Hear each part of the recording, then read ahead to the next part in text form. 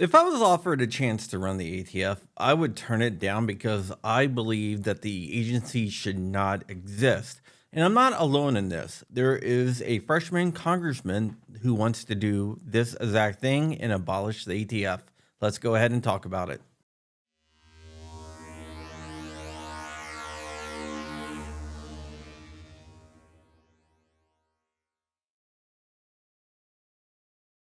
What's up, Wolverines? I'm going to make this video quick because I'm doing a lot of investigations for my writings over at AMLN. Speaking of writings, I am nominated for top 2A writer in the Gundies. Voting will open up on December 1st. I would appreciate your vote for that. My name is John Crump. I happen to be an investigative journalist, so if you look for me over there, just look up John Crump. You'll find me over there. If you do me a big favor, like, comment, and subscribe, it really helps out.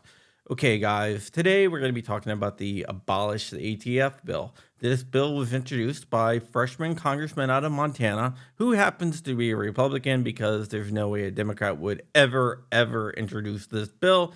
His name is Eric Burlington.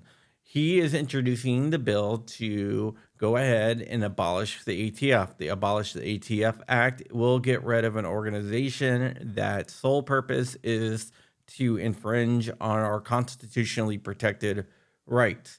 If you don't know the history of the ATF was originally under the Department of Taxation, which has now become the IRS. Their mission was to collect taxes on things like moonshine. That's why the ATF agents used to be referred to as revenuers, because they used to chase people around the woods who were smuggling moonshine. That morphed into a quasi law enforcement agency under the Justice Department. I say quasi law enforcement agency because there's an industry side and also a law enforcement side to the Bureau, which should never be the case. They are supposed to be a taxation organization, but they are not, and their powers have expanded over the years. So he is trying to get rid of the ATF because they are corrupt and they are inefficient.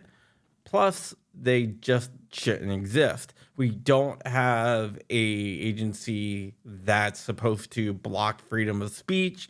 We don't have an agency that's supposed to subvert due process, but yet we have an agency trying to infringe on our right to bear arms, which is something that should not exist.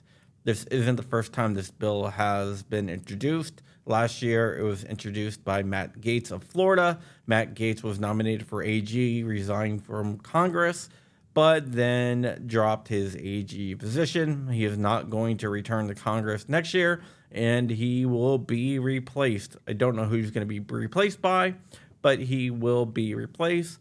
So this congressman is taking up his mantle and running with it. There is several other Congress people that are going and co-sponsoring the bill. I'm going to read their names right now because they deserve the credit as well. Lauren Boebert of Colorado, Paul Goslar of Arizona, Mary Miller of Illinois, Andy Biggs of Arizona, Corey Mills of Florida, Mike Collins of Georgia, Barry Moore of Alabama, Thomas Massie of Kentucky. Of course, Thomas Massie. He is one of the true believers of the Second Amendment in Congress and is a national treasure. We also have Bob Good from Virginia. They are all co-sponsoring this bill. Now, do I think this bill has any chance of getting through Congress? I really do not think so, because I think there's too many rhino Republicans that will vote against it, even though they all should vote for the bill. I doubt it will even make it to the floor, but I can hope. What we all need to do is pressure our Congress people to go ahead and back the bill. I'm not sure if it will make any difference, but we need to put pressure on them. Even if they just hear from us, it might just put a little piece of information in the back of their head that they might crack down on the ATF in the future. Like I said, I don't have much hope for the bill, but I can dream, right? I will keep you all informed as this bill makes its way through Congress. We'll see where this goes. If it goes anywhere, I don't have high hopes, but I've been wrong in the past, and hopefully I'll be wrong on this one as well. All right, guys, that's it. Have a great day. I have another story coming out either today or tomorrow about Peanut the squirrel. That is definitely an interesting story. But until then, stay vigilant, stay free, keep in the fight, and I am out of here. I cannot believe I'm doing a story on a squirrel and a raccoon, but this is where we are. Wolverines, MFers.